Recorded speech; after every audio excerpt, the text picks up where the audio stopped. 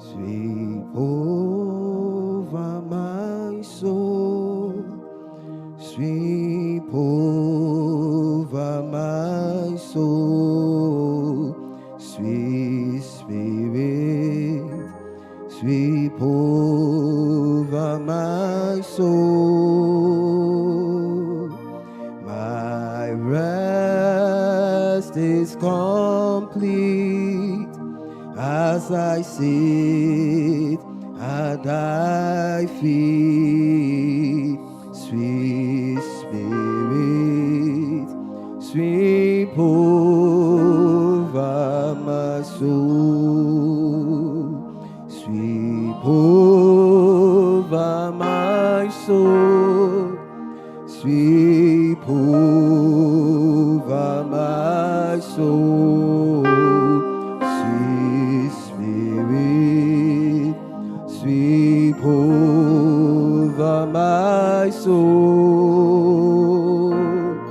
My rest is complete as I sit at thy feet, sweet Spirit, sweep over my soul.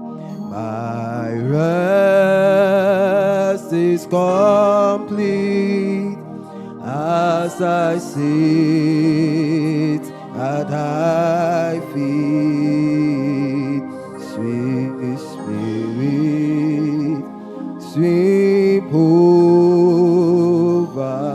my soul, sweep over my soul, sweep over my soul, sweet Spirit, sweep over my soul. My rest is complete as I sit at thy feet, sweet Spirit, sweep over my soul. My rest is complete as I sit at thy feet, sweet Spirit, sweep over my soul. This afternoon, I'm speaking on the subject name.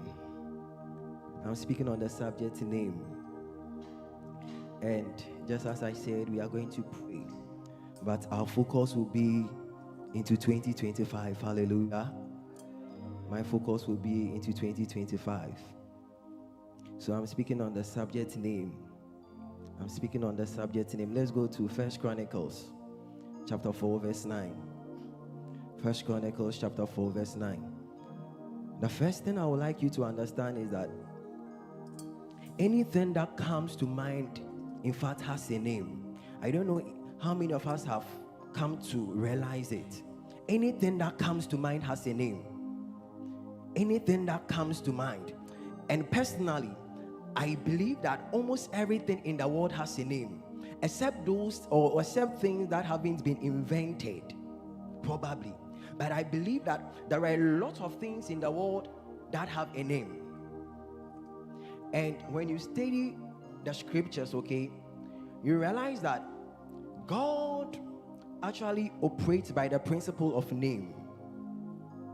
God operates by the principle of name. So God himself has a name. Follow me carefully. I will rush a lot of things so that within 15 minutes I'll be able to finish. God himself has a name. That is why when the Lord told Moses to go and tell the Israelites that it was time for them to be delivered, Moses told the Lord that, God, if I go and they ask me who sent me, which name should I give to them? And the Lord told Moses that, tell them that I am that I am have sent thee. I am that I am. So it means that the first revelation of God concerning his name is I am. Concerning his name is I am. I am that I am. And I've come to understand that how you see God will determine how God will relate with you. The name you give to God is how God is going to relate to you.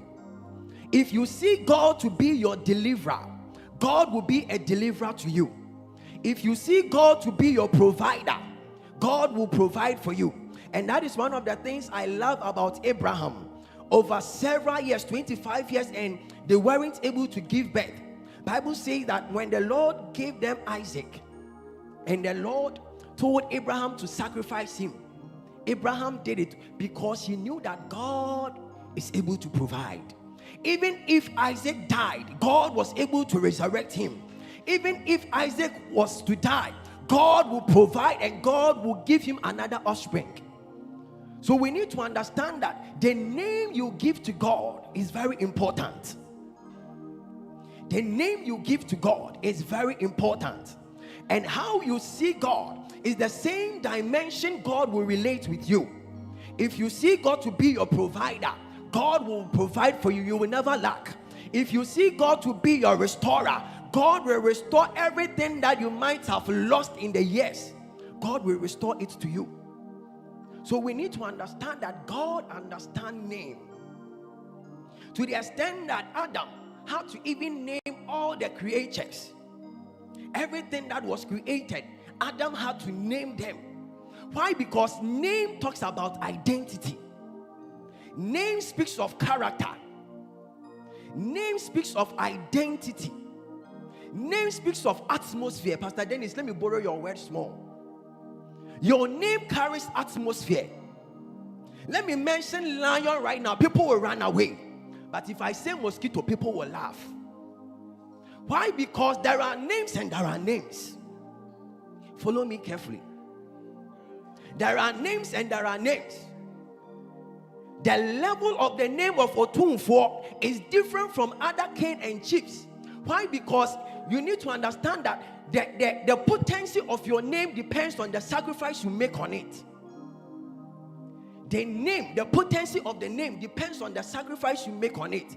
That is why the name of Jesus is above all names, because there is a sacrifice attached to the name Jesus. There is a sacrifice attached to the name Jesus. Please, can we project 1 Chronicles 4:9? Or we can't do projection today. Thank you. Jabez was more honorable than his brothers, and his mother called his name Jabez, saying, because I bore him in pain.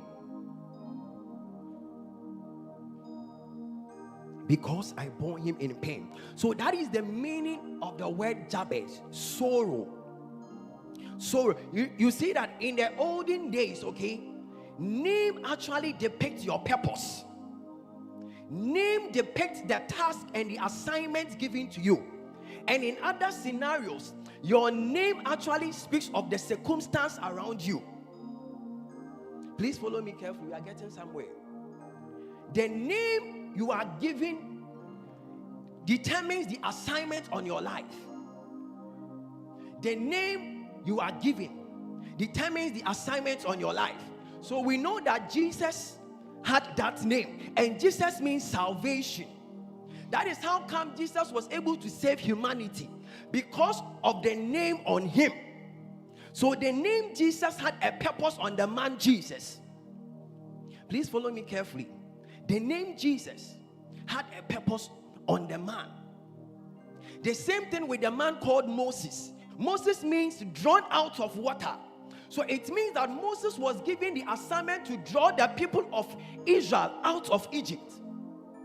So every name has a purpose attached to it. Every name has a task attached to it. Every name, there is an assignment on that name. You cannot have a name and there is no meaning, or there is no assignment to it. And another reason the Israelites also gave names was pertaining to the scenario, the situation, what was surrounding them. And they gave their children that name. And they gave their children that name. Example is Benjamin. He was formerly known as Benoni. But then his father changed the name to Benjamin, son of my right hand. He changed the name because he understood the importance of name. Listen, the reason why I'm talking plenty is because the Lord told me something, that many people have not come to the understanding of naming things in their lives. It is very, very important. Even abstract things, name them. Things that are not living in your life, name them. I'll show you the reason. Listen, names are actually prophetic tools that triggers responses or results. Names, they are prophetic tools that triggers results. Names, a name is like a pathway. Names are like pathways. They create for you. They create for you. Names, they open doors for you. Names. So the name you give to something, listen, names is forever. Names, they are forever. So the name I give to something, it means that I am giving that thing a purpose. I am giving that thing an assignment. I am giving that thing a role. I am giving that thing a task. I am giving that thing a task. So if I pick a chair and I name the chair, people are saying that, hey, this man is crazy. You are going to name a chair. Yes, name a chair. I'll show you the reason. Anything you have in your life, name it. Because that name, listen, names are covenants. Names, they are covenants. When you name something, you are trying to invoke that grace to work for you. So if I buy a car and I name that car accident free, directly or indirectly, what I'm doing is I am telling that car that this is your name. So wherever I go, that is the name of the car. If I build my house and I call that house of prosperity, what I'm trying to say is that that house is a house of prosperity. And as long as that name is on that house, I will live in prosperity. I will live in prosperity. That's why I said names are prophetic tools. So when you name something, you are giving a command. You are establishing a covenant that this is the purpose, this is the assignment, this is what I want you to do. And the sad thing is that many people don't name their upcoming year. It is an error. That is why I said we are going to pray into 2025. Many people, they know, yes, we'll be entering into 2025, but they don't even have a name for 2025. It's an error. Listen, you cannot give birth and decide not to give that child an identity, a name. The name you give to your child and open doors for that child. The name you give to a child speaks for that child. So if you call your child Grace, you are trying to say that the grace of God. I've even realized in scriptures, even crown, God's throne is called grace. So God has even named his chair. How much more you? God's house is called a house of prayer. And you think God doesn't name? Even garden crown, it was called Garden of Eden. You can have a garden and name it. You can have a factory and name that factory a billionaire factory. That is the understanding I want us to get. Anything in your life, name it. Name it. Even your shoe, name it. Your phone, name it. And it will surprise you. Pastor Alb, you can name your phone maybe Riches. And it will surprise you that that phone will give you money. Because of that name. Because of that name. Because of that name. It surprises me that a lot of people, when they are entering into the new year, they don't have any name. That is why, we have names. Before we enter into the year, we declare a name. And you see, you cannot have a child just for 1 month and you call the child Nyamiye, then the rest of the month you forget the name. It won't work. It won't work. It won't work. You can't have a child. You call that child Nyamiye for like a month, then after you forget, the child will even forget that he or she is called Nyamiye. And that is how a lot of people miss their blessings in the year. 1, they don't have a name for that year. 2, they even forget when they get to July.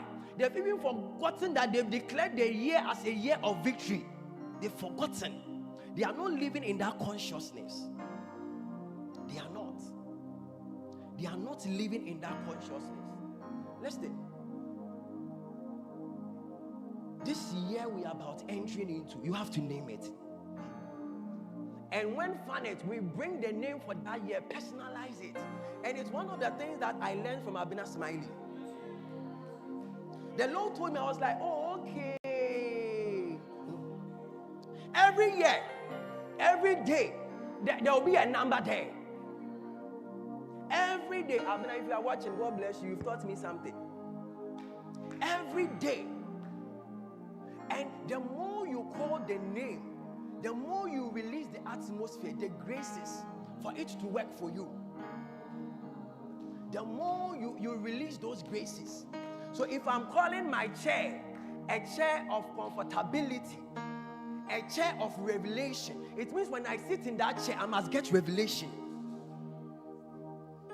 You see, the more you release the name over that particular thing, the more that thing works for you. The more it works for you. Listen, we are coming to pray into 2025. We will name 2025. Listen, you can give it 50 names. I don't care. Even Jesus, before he was born, in Isaiah, Bible says that, and his name shall be called Wonderful, Counselor, Mighty God, Everlasting Father, Prince of Peace. Even Jesus alone, look at the names he had. Even Jesus alone. And you realize that in the life of Jesus, all these names manifested. In the life of Jesus, all these names manifested. It manifested. Emmanuel, God with us. Jesus was the tabernacle of God dwelling amongst us. Name. Don't joke with name. Anything in your life, name it. And that is what we want to do. Maybe you've not thought about it at 2025. What should it be? Maybe it should be a year of testimonies to me. You need to get or have a name for it. So that when you are walking through the year, that mindset is there. That this year is a year of victory for me. That this year is a year of divine encounters. Then you personalize. Let's be on our feet. I don't know, even if I've gone